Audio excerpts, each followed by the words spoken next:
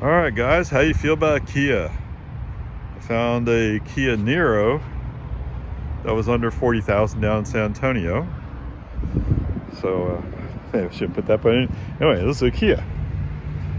Wow, this actually looks, wow, that's kind of big in back. Now, this one's already bought, but there you go. Nice roof racks on it. I don't know, how do you feel about it? I'm now I've seen it in person, and that back door is pretty big. I'm stunned how big the back door is. Sorry, I'm just anyway. Okay, guys, before I take off, I just want to look around, see if they had any white ones. Here's a white one. Well, compared to the one in San Antonio, I don't know, but I think it was white. So this kind of gives you an idea of what it looks like.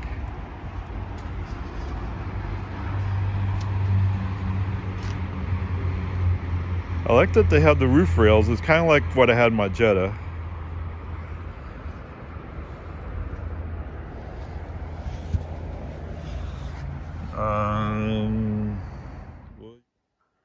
Well, I didn't think I would find a way to put this one on my list, but here it is. And it turns out you have to go to San Antonio to get it. Okay. So the price is $36,580. It's at Kia Niro. Anyway, it's a new 2024 Kia Niro EV Wind. There you go.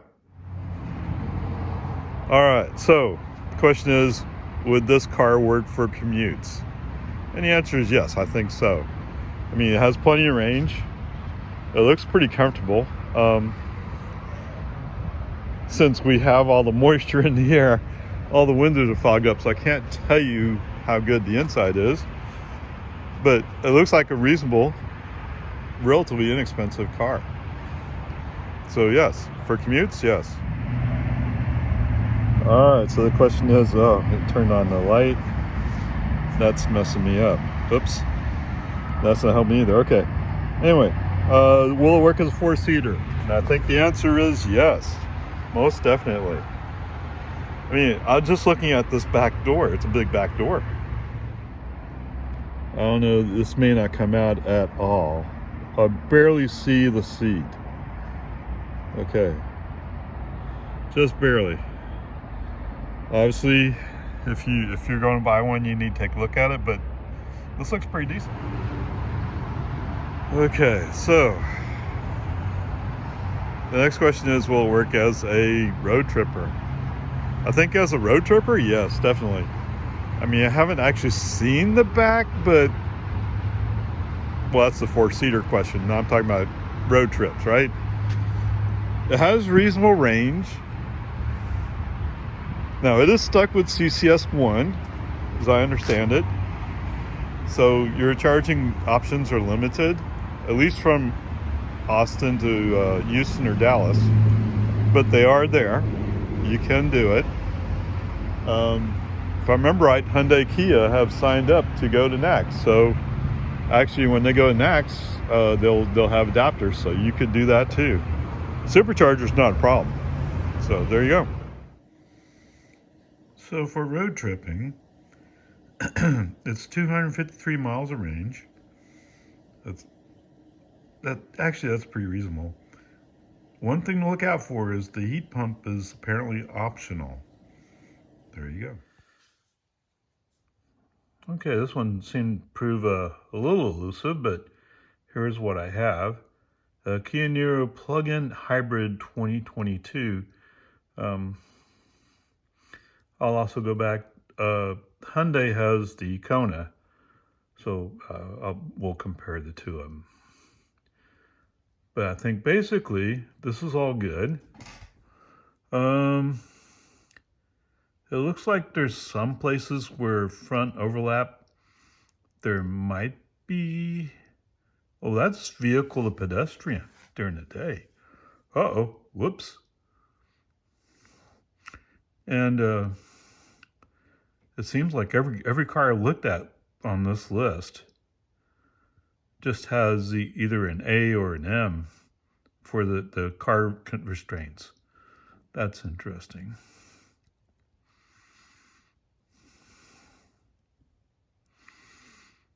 Okay, structure and safety cage is acceptable.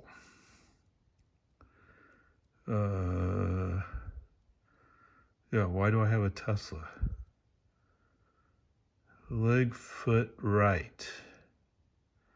Driver injuries. Ooh. I don't want my foot to be messed up. But anyway.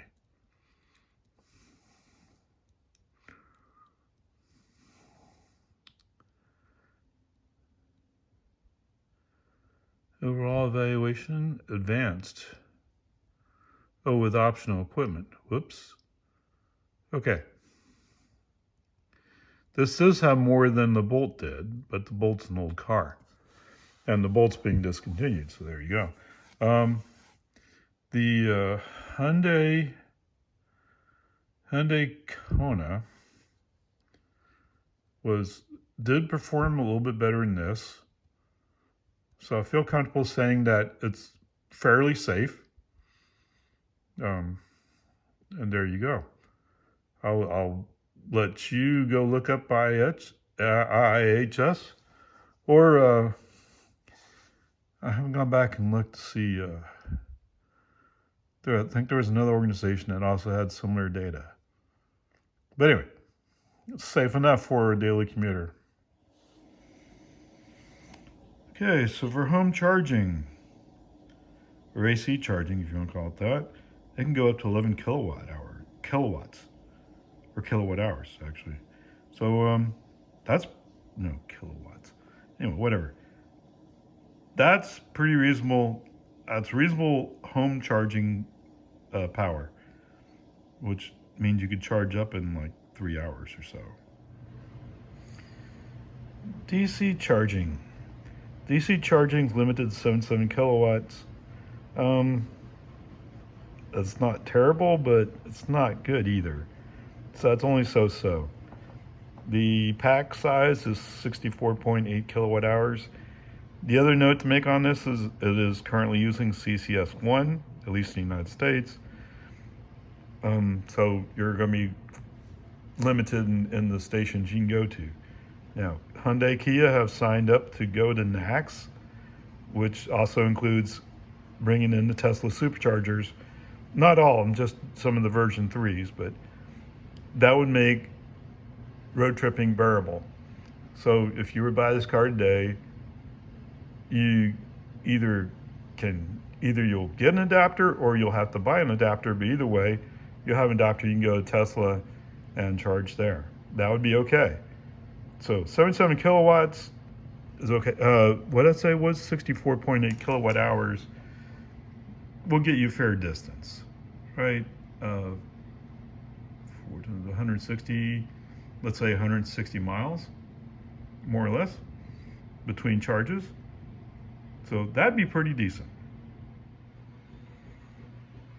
Okay, just based upon looking at some information, the question you might have is, do I recommend it?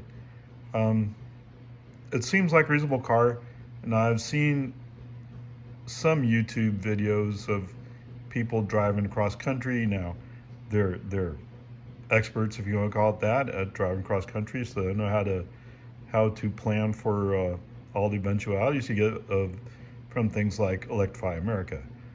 But with NACS adoption coming on, they should be just fine. So that should be okay.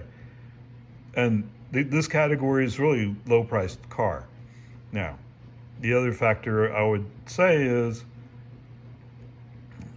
I found one Kia Niro under 40,000. Most of them around 41, 42,000. So it's going to be a hard hunt to find the specific one. But there you go. And I would say you might want to pick it up just a little bit to get a car with a heat pump. Especially if you live up north, it'll make a difference. Anyway, there you go.